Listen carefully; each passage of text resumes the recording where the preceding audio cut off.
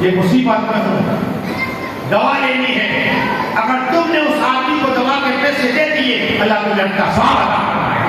یہ آسان ہے، کوئی مصیبت میں آیا چل میں تیرا کام کر دیتا ہوں، میری وہاں لاگو گے، تم جس کے ساتھ میں گئے اس کا دل راضی ہو گیا، اللہ تمہیں ان کا ثواب عطا فرمائے۔ کوئی قرض چلایا، تم نے اسے قرض سے خلاصہ پیسے دے دیے، اللہ تمہیں ان کا ثواب عطا فرمائے۔ مومن کا بھلا کرو۔ ہاں، اس سے بھی ایک اور بات بتایا، تم سے یہ بھی نہ ہو سکے، آپ نے بات ہے کہ زندگی میں تم یاد رکھو، جب ہارون بھائی کی مجلس میں مولانا مشتاق کی تقریر سنی، جب بھی عید کی رات آئے گی تمہیں یہ یاد آئے گی کہ ہم نے حج کا ثواب کے لیے عمل کیا تھا۔ آقا فرماتے کل محشر کا میدان ہوگا، نفسی نفسی کا حال ہوگا، باپ بیٹے کو پہچانے والا نہ ہوگا، ماں بیٹی کو نہیں پہچانے گی، رشتے دار لیکن اللہ قیامت کے دن ایک بندے کو بلائے گا، آ میرے بندے قریب، بندہ آئے گا، حضرت صاحب کی بارگاہ میں کھڑا ہوگا، اللہ دعا فرمائے گا میرے بندے دیکھ یہ تیرا رجسٹر، یہ ہمارے فرشتے کرام اور کاتبین لکھتے جو ہم نیت کرتے سب لکھتے ہیں نیکیاں کی کتاب۔ جب چوپڑا کھولا جائے گا، لسٹ کھولا جائے گا، وہ غریب شخص کہ لسٹ میں نام ہوگا کہ حاجی، آدمی تڑپتا ہے ٹائٹل کے لیے ہے، ٹائٹل کے تڑپتا ہے، وہاں محشر کے میدان میں سب کے سامنے ٹائٹل ہوگا یہ حاجی، لوگ دیکھ رہے ہوں گے، وہ بندہ کہے گا مالک میں تو ایک غریب تھا، اے اللہ میں نے کہاں تیرا گھر کعبے کا دیدار کیا، میں نے مصطفیٰ کا روزہ کہاں دیکھا، میں نے مسجد نبی شریف کہاں دیکھی، میں نے حرم شریف کہاں دیکھا، مالک میں تو بہت غریب تھا، بہت غریب تھا۔ اللہ فرماتا ہے میرا بندہ جب تیرے محلے میں سے کوئی جاتا تھا تو تو اس کے ساتھ جاتا تو کہتے تھے میرے لیے حج کی دعا کرنا، حج کی دعا میں بھی حج تیری نیت تھی کہ میں حج کروں تو گیا کہتے نیت کہ میں نے حج کا ثواب بھی دیا ہے، کہو سبحان اللہ، نیت میں ثواب دے دیا اللہ نے۔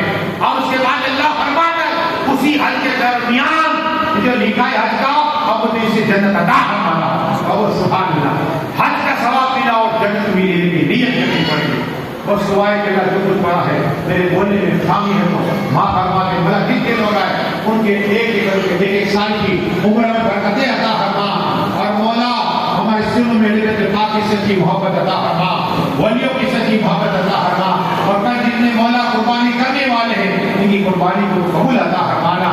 یہ حج کے لیے گئے مولا آج عرفات میں جو دعائیں مانگی ان کی سب کی دعا قبول عطا فرما، ان کے سب کی ہماری دعا قبول عطا فرما، ہمیں بھی حج کے لیے جانے کا موقع عطا فرما، ہمارے جانے کے لیے گیٹ سے انتظام عطا فرما۔ یا اللہ لا الہ الا اللہ کی حقیقت ہمارے دلوں میں ڈال دے، تیری عظمت و تیری بڑائی ہمارے دلوں میں ڈال دے، تیری معرفت کا نور ہمارے دلوں میں ڈال دے۔ آپ لوگ صلاح کریں۔